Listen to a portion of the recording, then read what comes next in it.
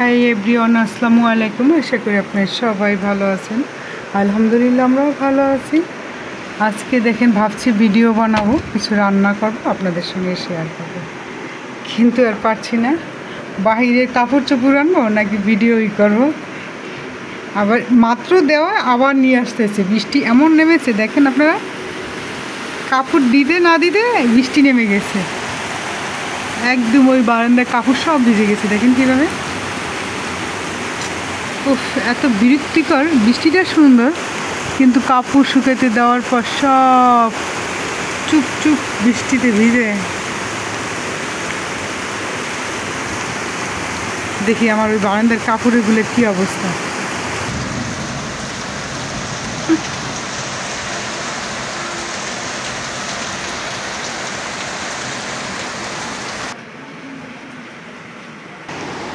দেখলেন তো, মনে কত কষ্ট। যে ঠিক আছে ভিজা কাপড় ভিজতে পারে, কিন্তু ওয়াশিং মেশিনে তো কাপড়টা অর্ধেকটা মানে শুকনো করেই দেয়, ঠিক না।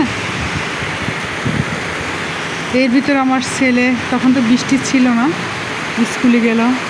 মেয়ের আজকে পরীক্ষা নাই, কি জানি কতদিন ধরে এরকম বৃষ্টি থাকে।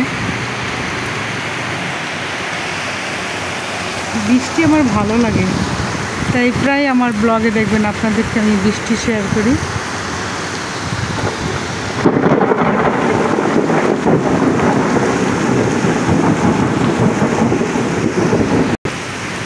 আর একটা দুঃখের কথা আপনাদের সঙ্গে শেয়ার করতে চাই, ভাবছি শেয়ার করব কি করব না, ঠিক আছে।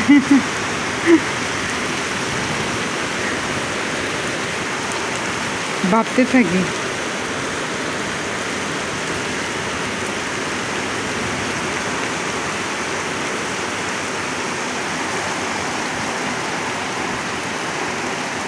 আচ্ছা ঠিক আছে, আপনাদের সঙ্গে শেয়ারই করি।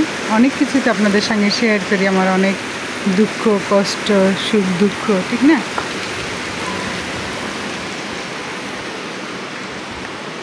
এই দেখেন, আমি না অনেক গরিব হয়ে গেছি। গরিব হলে যা হয়, আমার জুতা টুতা একদম ছিঁড়ে আমি না ফকির হয়ে গেছি। এই জুতা পরে আমার থাকতে হয়। দেখেন বৃষ্টিতে আমার মোবাইলটা ভিজে যাচ্ছে, একটু দুঃখের কথা শেয়ার করবো আপনাদের সঙ্গে, তাও পারছি না।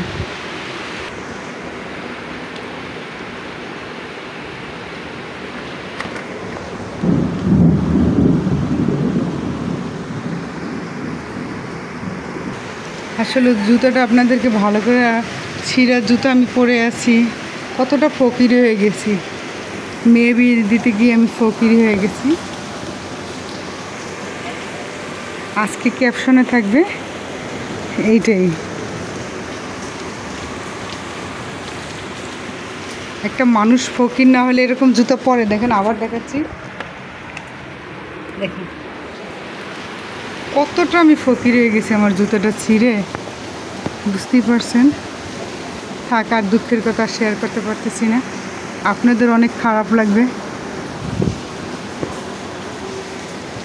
তাহলে সবাই ভালো থাকবেন, আল্লাহ হাফেজ।